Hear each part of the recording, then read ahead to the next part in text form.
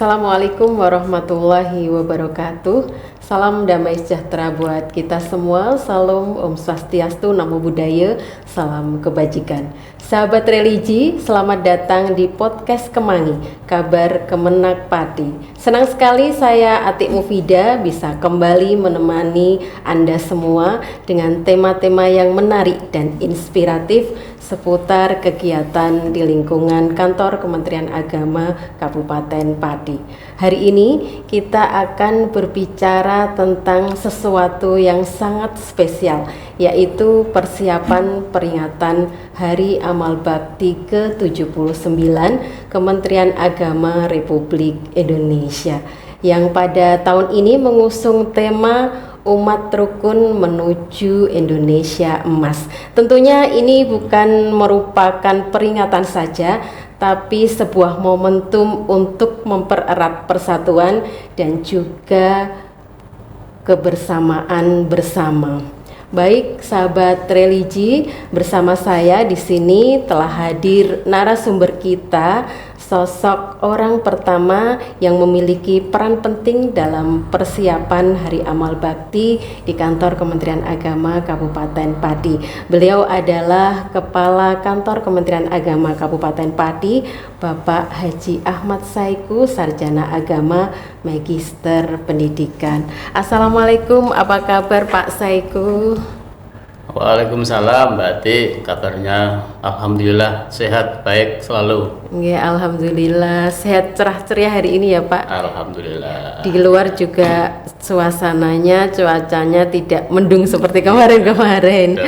Baik Pak Saiku, untuk perbincangan kita kali ini, tema HUB ke-79 ini adalah Umat Rukun Menuju Indonesia Emas. Sepertinya punya peran dan pesan penting di dalamnya. Bisa Bapak ceritakan bagaimana tema ini relevan dengan keadaan masyarakat kita, khususnya di Kabupaten Pati? Iya, begini Mbak Ati. Jadi kalau tema Hari Amal Bakti ke-79 tahun 2025 yaitu Umat Rukun Menuju Indonesia Emas.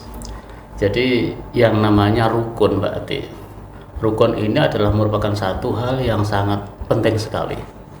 Jadi dengan adanya rukun ini nanti akan timbul apa yang namanya persatuan. Rukun dulu, kemudian timbul dari kemudian persatuan, dan persatuan itu pun nanti akan dapat melaksanakan pembangunan nasional. Jadi pembangunan nasional itu tidak akan bisa jalan dengan baik kalau tidak dilandasi oleh kerukunan. Apa itu persatuan? Kemudian persatuan ini landasannya adalah kerukunan. Dasar utama ya Pak ya, dasar utama adalah rukun ya. Pondasi seperti kalau bangunan rumah. Ya. Karena apa? Karena yang namanya kerukunan itu akan membawa yang namanya damai dan aman. Jadi rukun itu akan membawa kedamaian dan keamanan, dan itu merupakan satu modal yang paling penting sekali, aman itu ya. Kemudian nyaman dalam kehidupan beragama maupun dalam hal yang lain. Maka dari itu yang namanya rukun itu betul-betul sangat penting sekali dalam kerangka untuk menuju Indonesia Emas ini. Gitu. Terutama di Kabupaten Pati yang kemarin habis perayaan pilkada ya Pak ya. Terutama rukun itu sesuatu yang nomor satu. Baik Pak, untuk mempersiapkan momentum Hari Amal Bakti ke-79 ini tentunya kantor Kementerian Kabupaten Pati sudah atau akan melakukan beberapa hal. Bisa Bapak jelaskan mungkin persiapan atau rangkaian kegiatan yang sudah dipersiapkan oleh kantor Kementerian Agama Kabupaten Pati menyambut momentum penting Hari Amal Bakti ke-79 ini? Jadi sebelum kami menyampaikan apa rangkaian acara yang akan kita laksanakan pada Hari Amal Bakti ke-79 tahun 2025 ini, memang awal tadi kami sampaikan rukun itu adalah penting, karena rukun itu jelas akan membawa kebersamaan ya. Apalagi kemarin itu momennya adalah pilkada, dan ini betul-betul kemarin kami selalu mengedukasi, memberikan pemahaman kepada masyarakat bagaimana menjalin kerukunan ini. Karena apa? Yang namanya rukun itu di samping membawa kedamaian, ketentraman, juga rukun ini akan membawa kekuatan yang besar, Mbak. Ya, kekuatan yang besar. Apalagi di Pati ini kan masyarakatnya heterogen sekali ya. Maka dari itu yang namanya kebersamaan, kemudian kekuatan betul-betul harus digalang dari kerukunan itu. Oke, kami lanjutkan Mbak Ati terkait dengan rukun menuju Indonesia Emas itu. Jadi kita nanti tahun 2045 itu akan sampai kepada yang namanya Indonesia Emas. Ini memang 1 abad ya. Kita merdeka itu tahun 1145. Kemudian ini nanti 100 tahunnya itu adalah tahun 2045. Ini. Nah, 2045 ini nanti penduduk Indonesia itu luar biasa, Mbak. Kalau sekarang itu penduduknya itu sekitar 281 lebih juta itu ya. Nanti diperkirakan tahun 2045 itu penduduk Indonesia itu adalah sampai 324 juta lebih itu diperkirakan itu. Nah, ini memang momentum Hari Indonesia Emas ini memang harus kita persiapkan mulai dari sekarang itu, ya. Supaya nanti betul-betul tercapai Indonesia yang berdaulat, Indonesia maju dan berkelanjutan itu memang harus kita capai. Dan itu peran Kementerian Agama adalah sangat besar sekali untuk menuju Indonesia Emas tahun 2045 itu. Menuju kerukunan itu ya Pak ya. Sehingga Mbak Ati tadi ditanyakan rangkaiannya itu termasuk ini adalah bagaimana upaya kita itu bisa menuju Indonesia Emas tahun 2045 itu. Ya. Kalau boleh kami sampaikan ya. Yang pertama itu tanggal 6 kemarin itu memang sudah ada senam massal ya Mbak Ati ya untuk pembukaan Hari Amal Bakti ke-79 itu ya sudah. Kemudian dilanjutkan nanti tanggal 11 berarti besok pagi itu ada kegiatan lomba bunga ya Dharma Wanita. Lomba cantik-cantikan ya Pak? Ya, lomba cantik-cantikan itu. Ini juga ada maksudnya Mbak Ati. Iya. Karena harapan kita semuanya itu ya sebagai orang yang beragama itu memang setelah dunia ini berakhir nanti harapannya itu adalah kita ditempatkan di surganya, Pak. Surga penuh dengan bunga ya, Pak ya. Itu maksudnya. Surga itu adalah penuh dengan bunga itu. Cantik, wangi, identik seperti itu ya, Pak ya. Kira-kira begitu di surga nanti itu. Sehingga begitu, ini Kemenak Pati pun akan kami jadikan sebagai miniatur surga, Mbak. Ya, miniatur surga.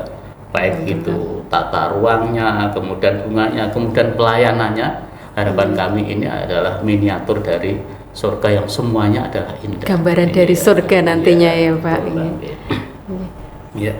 Kemudian ada juga Mbak, yaitu nanti tanggal 14 hari Sabtu besok itu ada yang namanya senam massal ya.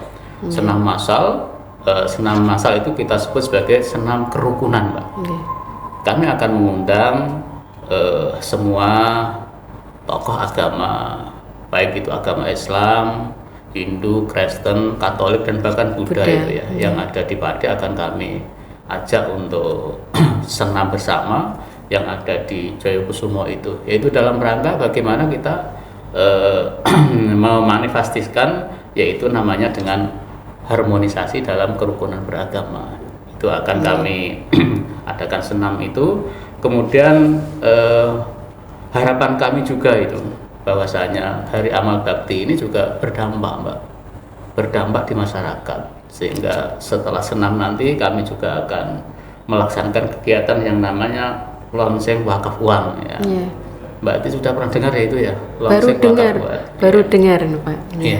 Jadi kalau saya memahami itu ya, bahkan masyarakat di Indonesia itu kan terkenal orang yang dermawan Mbak. Terkenal orang yang dermawan itu. Welas asih gitu ya. Di Indonesia itu adalah terkenal orang yang dermawan. Dan orang yang dermawan itu akan kami wadahi Mbak. Akan kami wadahi dalam wakaf uang itu.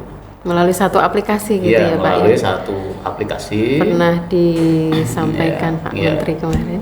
Jadi masyarakat yang mau berwakaf ini tidak perlu datang ke kantor atau kemana, tapi cukup kita nanti menggunakan aplikasi itu dari rumah bisa itu. Nih, dan itu pun nanti wakaf uang itu nanti akan dikelola dengan profesional dan itu nanti manfaatnya pun akan kembali kepada masyarakat. Itu Mbak. Jadi nanti pas acara senam itu juga ada launching ya Pak? Ya, Launching ada wakaf, launching. jadi memberitahu ke seluruh masyarakat termasuk semua pegawai untuk berwakaf secara mudah. Oke. Iya, iya. Selanjutnya Pak? Selanjutnya ini yang sudah menjadi kebiasaan yang rutin kami, yaitu ada yang namanya khatmil Quran ya. Iya. Khatmil Quran yang selama ini setiap hari Jumat itu ya. Jumat Legi ya Pak ya? Jumat Legi itu khataman, tapi kan kita setiap 1 minggu kan sudah khataman itu ya. Iya. Khataman semua pegawai yang beragama Islam, dan setiap hari Jumat Legi itu seperti kegiatan rutin itu ya. Setelah khataman kemudian kita sarapan bareng ya. Itu juga untuk kerukunan ya Pak Ya, ya? untuk kerukunan. Ada maksudnya ya Pak? Ada maksudnya karena yang setelah khataman Quran itu kita doa, kemudian baru kita sarapan, dan sarapannya itu adalah semua agama ya. Tidak hanya yang ikut kotmil, yang Ya, semua agama ikut ya Pak ya? Semua agama ikut makan bersama. Iya. Ya. Itulah yang yang dapat menjalin kerukunan adalah itu. Ya. Alhamdulillah di Kemenak Pati itu harus kita pertahankan sampai kapanpun. Sudah berjalan tradisi yang Sudah, harus dipertahankan ya Pak? Oke, iya Mbak Ati. Kemudian masih ada lagi Mbak Ati, Iya. yaitu tadi saya sampaikan bahwasanya Kementerian Agama itu harapannya ya semua kegiatannya itu adalah ada dampaknya, berdampak pada masyarakat, sehingga kegiatan yang selanjutnya adalah bakti sosial ya. Bakti sosial ini satu wujudnya adalah ada bedah rumah Pak ya, ada bedah rumah. Insya Allah nanti tanggal 18, 19 itu ada bedah rumah di Kawedanan Pati, ada 4 kecamatan ya. Ini dananya dari mana Pak? Ya, jadi dananya itu satu Ya. ada donatur ya, donatur. Kemudian yang kedua adalah ini diambil dari zakat dari semua pegawai. Jadi alhamdulillah pegawai Kemenak Pati setiap bulannya berzakat 2,5%. Ya. Dan Zakatnya itu kami, sudah iya, kewajibannya sudah dipenuhi ya sudah Pak ya? dipenuhi. Tinggal setelah zakat nanti kita kalau ada rezeki kita infak, kita sedekah. Tapi zakat ini karena kewajiban ya tidak boleh, tidak harus itu. Dan itu memang kami distribusikan untuk bedah rumah, kemudian termasuk bantuan konsumtif, dan juga tahun ini kami rencanakan untuk membelikan alat-alat yang kami salurkan kepada UMKM. Saya ambil contoh, Ya. setiap hari Bapak itu jualan siomay dia, siomay. Yeah. Nah, itu kami belikan alat untuk membakar siomay itu. Jadi tidak kami berikan uang ya. Mungkin kalau kami berikan uang itu Bisa akan dipakai yang lain ya, bisa tidak dibelikan yang Betul. bermanfaat gitu ya Pak. Iya, tapi ini kami berikan alatnya itu. Mungkin inilah upaya kami bagaimana nanti kami bisa meningkatkan taraf perekonomian masyarakat itu. Itu. Berarti sangat bermanfaat dari uang zakat-zakat pegawai ini Bapak. Betul, betul. Kemudian nanti juga di samping itu ya kita juga butuh adanya hiburan Mbak ya. Ya, dalam teori apapun hiburan itu adalah penting. Penting ya. Untuk merelakan hati ya Pak. Betul, iya. Jadi termasuk salah satunya untuk melembutkan hati kita Mbak. Iya, kalau hati kita keras itu luar biasa itu ya. Maka perlu kita lembutkan hati kami. Dengan cara apa itu Pak? Ya banyak, ini ada termasuk ada volley balon ya. Volley balon. Volley balon. Asik tuh kayaknya ya, Pak. Asik itu. Mungkin nanti Mbak Ati bisa mengikuti lah. Ya. Siap Bapak. Termasuk ada karaoke Mbak. Oh gitu ya Pak. Ada karaoke. Ya tentunya karaoke yang karaoke Islami Mbak. Ya tidak melanggar norma agama maupun norma yang lain itu ya. Tetap ada batasannya. Iya, ada batasannya. Ini. Kan tujuannya hanya untuk menghibur dan merelekkan hati ya Pak. Iya. Dan itu kan seni itu kan juga penting ya. Penting itu. Kemudian nanti juga setelah itu nanti kami ada doa lintas agama, Pak. Doa lintas agama. Jadi nanti kita akan berdoa ya, mudah-mudahan kita bisa melaksanakan tugas-tugas di Kementerian Agama dan pada akhirnya Indonesia ini diberikan rasa aman itu ya, nyaman, tidak terjadi damai, permasalahan dan sejahtera gitu. Maka kami nanti akan doa lintas agama, semua agama kami panggil tokoh-tokohnya dan juga perwakilan-perwakilan. Itu rencananya dilaksanakan kapan Pak? Itu rencananya dilaksanakan tanggal 2 Januari. Berarti sebelum puncak peringatan Hari Amal Bakti ya. Tanggal 2 malam Mbak itu ya. Malam Jumat ya. Malam tanggal 2 itu kan Jumat ya, malam Jumat. Bisa dikatakan malam tirakatan atau enggak Pak? Iya, itu malam tirakatan. Malam tirakatannya Hari Amal Bakti gitu ya. Hari Amal Bakti Kementerian Agama yang ke-79 itu. Ya. Kemudian rangkaian yang terakhir itu adalah upacara bendera Mbak, dari Amal Bakti ke-79 itu. Dan ini rencananya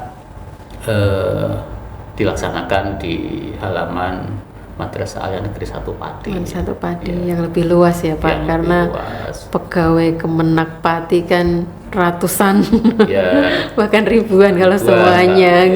Ribuan termasuk yang madrasah yang menjadi wilayah binaan Kementerian Agama itu. Binaannya banyak ya Pak. Jadi nanti semuanya diundang ya Pak untuk mengikuti rapat ini.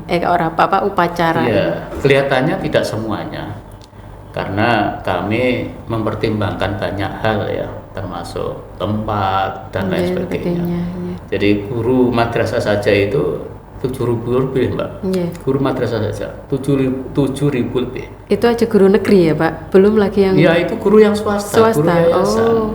Kalau guru negeri dan pegawai Kemenak itu ya sekitar 700-an, lebih sedikit lah itu. Kemudian karena kapasitas dari lapangan itu hanya sekitar 4.000 ya kami mengundang 4.000 itu. Yang kami undang itu kepala madrasahnya dan guru sertifikasi gitu. Termasuk nanti perwakilan pondok dan juga perwakilan agama. Ada yang mewakili lah yang pentingnya, ada perwakilan dari masing-masing. Itulah rangkaian dari kegiatan Hari Amal Bakti ke-79 Mbak. Ya sudah direncanakan. Mohon doanya semuanya Mbak Ati, nanti bisa berjalan dengan baik, lancar dan sukses ya Pak. Baik Pak Saiku, momentum seperti Hari Amal Bakti ini kan tentunya saat yang tepat untuk menyampaikan pesan kepada umat. Bapak selaku pimpinan kantor di sini, bagaimana harapan Bapak terkait peringatan Hari Amal Bakti ke-79 ini? Iya, jadi kami berharap dan mengajak semua pegawai dan juga masyarakat ya, bahwasanya momentum peringatan Hari Amal Bakti ke-79 tahun 2025 ini, harapan kami ini memang tidak hanya kegiatan yang formalitas saja Mbak. Formalitas, tidak hanya itu, tapi kami berharap betul-betul Hari Amal Bakti yang ke-79 ini betul-betul ini adalah sebagai momentum untuk melakukan evaluasi, melakukan introspeksi dan juga peningkatan kinerja. Jadi ada 3 itu. Ya. Jadi kita berevaluasi, kemudian introspeksi. Introspeksi. Termasuk diri ya Pak ya. Betul, itu penting itu. Kemudian adalah peningkatan kinerja. Itu yang paling penting Pak. Paling penting. Untuk peningkatan layanan di Kementerian Agama ya. Jadi memang yang namanya evaluasi itu kami mengajak semua teman-teman pegawai utamanya itu. Evaluasi itu harus kita mulai dari pribadi kita, Pak. Dari diri kita sendiri ya, dari Pak, diri kita. Sebagai contoh. Sebagai contoh, sebagai teladan. Sebagai teladan. Saya ambil contoh ya, saya tidak bisa memberikan nasihat ya, bahasa Jawanya itu ngandani anak saya ora iso ngandani istri saya kalau saya tidak mengevaluasi diri dulu. Kalau kami tidak bisa menjadi teladan itu kami nggak bisa itu. Kalau belum bisa menjalaninya gitu ya Pak ya. Jadi kalau kami memerintah harus melakukan ini, maka adalah saya yang pertama harus melakukan itu. Jadi evaluasi penting, sehingga evaluasi ini kan kita nanti akan menemukan, oh dulu ini belum tepat, kita perbaiki. Oh ini dulu sudah baik, kita lebih baik lagi. Karena manusia itu tidak ada yang sempurna ya Pak ya. Betul. Jadi yang namanya evaluasi, introspeksi itu adalah penting sekali. Dan harus terus dilakukan gitu ya Pak ya. Ya, banyak itu Mbak Ati. Oke. Kemudian kami juga mempunyai satu harapan Mbak. Ya. Saya kembali kepada rukun tadi Mbak. Rukun itu akan membawa persatuan, dan persatuan itu akan dapat membawa pembangunan nasional dengan baik. Jadi kontribusi ya Kementerian Agama itu untuk menjadikan masyarakat itu rukun itu memang luar biasa Mbak. Ini harus kita mulai dari, mohon maaf, keluarga dulu Mbak. Jadi dari apa itu? Komunitas kecil maksudnya. Ya, komunitas kecil harus dari keluarga dulu. Dan ini sudah dilakukan, sudah lama dilakukan itu. Jadi penyuluh kami itu, ya penyuluh itu setiap hari, baik itu penyuluh Islam, Kristen, Katolik maupun Hindu. Penyuluh dari berbagai agama ya Pak ya. Itu adalah tugas dan fungsinya itu membuat apa itu, bagaimana masyarakat itu dapat menjalankan agamanya dengan baik. Salah satunya adalah itu. Jadi penyuluh ini orang itu bisa rukun Pak. Memang langkah pertama itu harus bisa memahami ajaran agamanya, ya, ajaran agamanya. Jadi orang mau rukun, orang mau bertoleransi dan lain sebagainya, itu memang yang pertama itu adalah bagaimana masyarakat bisa memahami ajaran agamanya dengan baik. Saya sangat sependapat ya, dan insya Allah meneladani Pak Menteri Agama itu menyampaikan bahwasanya korupsi dan sebagainya itu memang pencegahannya harus diawali bagaimana pegawai itu memahami ajaran agamanya dengan baik. Itu karena apa? Ajaran agama, pemahaman agama yang baik itu akan berdampak kepada perilaku sehari-hari. Ini kaitannya dengan kerukunan kembali lagi tadi. Ini adalah kita awali dari penyuluh kita untuk bisa memberikan pembinaan kepada keluarga ya, merupakan rem gitu ya Pak, pemahaman itu ya, rem bagi diri sendiri. Betul. Jadi itu bisa dilakukan di majelis taklim bagi yang beragama Islam dan bagi yang beragama lain di forum-forum tertentu. Karena dari keluarga itu, keluarga yang baik, sakinah, mawaddah, warahmah itu akan dapat membawa masyarakat baik. Jadi keluarga baik akan menjadi masyarakat yang baik, ya. Komunitas yang agak besar. Kemudian masyarakat yang baik, yakin itu Indonesia akan menjadi baik. Memang harus diawali dari apa itu komunitas yang paling kecil itu ya Pak. Komunitas yang paling kecil dulu. Keluarga. Berarti intinya kalau keluarga sudah baik, nanti kelanjutannya masyarakat baik dan negara pun juga akan baik gitu ya Pak. Sumbernya dari keluarga. Sumbernya dari hal yang terkecil itu tadi, komunitas yang terkecil. Dan itu sebagai catatan, peran Kementerian Agama luar biasa untuk membuat menuju Indonesia emas besok ini ya Pak. Asalnya memang harus kita runtut dari yang paling kecil dari keluarga itu. Itu berarti peran Kementerian Agama itu sangat besar. Betul. Untuk menuju umat rukun itu ya Pak ya, menuju Indonesia emas. Baik Bapak, sebelum saya akhiri mungkin ada pesan-pesan yang mau disampaikan kepada sahabat Kemangi, barangkali ada pesan-pesan penting. Jadi pesan yang pertama kami sampaikan kepada teman-teman yang ada di Kementerian Agama yang pertama, bahwa mari dievaluasi dan introspeksi ini memang harus kita awali Mbak. Kita luruskan lagi niat kita bekerja di Kementerian Agama kita luruskan lagi, yaitu kita bekerja itu tidak karena ada atasan, tidak karena ada teman, tidak karena regulasi, tapi memang karena Dia, Mbak. Jadi kita bekerja itu adalah karena Dia. Karena yang Maha Kuasa. Nah, karena yang Maha Kuasa, yaitu yang memberi pekerjaan kita, yaitu Allah Subhanahu wa taala. Jadi kalau kita itu bekerja karena Dia, Allah Subhanahu wa taala, maka tidak ada kepalanya.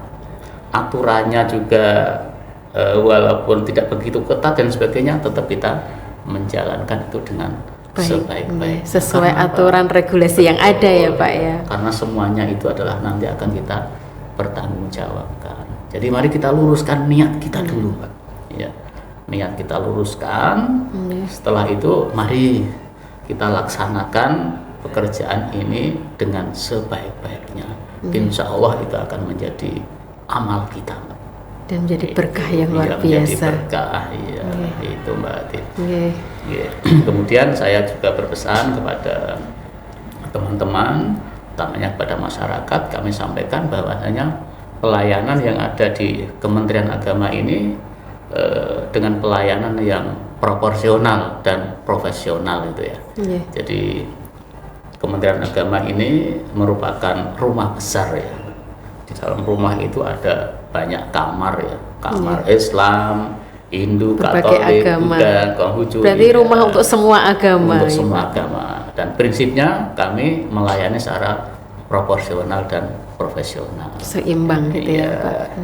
Itu Mbak Ati yang bisa kami sampaikan pada kali ini, dengan satu harapan, dengan satu doa, mudah-mudahan kami semuanya ya, pegawai Kementerian Agama semuanya bisa melayani masyarakat dengan sebaik-baiknya. Amin ya rabbal alamin. Ya baik Pak Saiku, terima kasih atas penjelasannya yang sangat informatif. Semoga nanti seluruh rangkaian kegiatan peringatan Hari Amal Bakti ke-79 ini di Kantor Kementerian Agama Kabupaten Pati berjalan dengan lancar, sukses dan membawa manfaat besar bagi kita semua. Baik sahabat religi, demikian tadi bincang-bincang kita hari ini. Sahabat religi, sahabat Kemangi, jangan lupa untuk ikutin terus rangkaian kegiatan Hari Amal Bakti ke-79 di Kantor Kementerian Agama Kabupaten Pati. Sampai jumpa di podcast Kemangi edisi selanjutnya. Saya Atik Mufida undur diri. Assalamualaikum warahmatullahi wabarakatuh.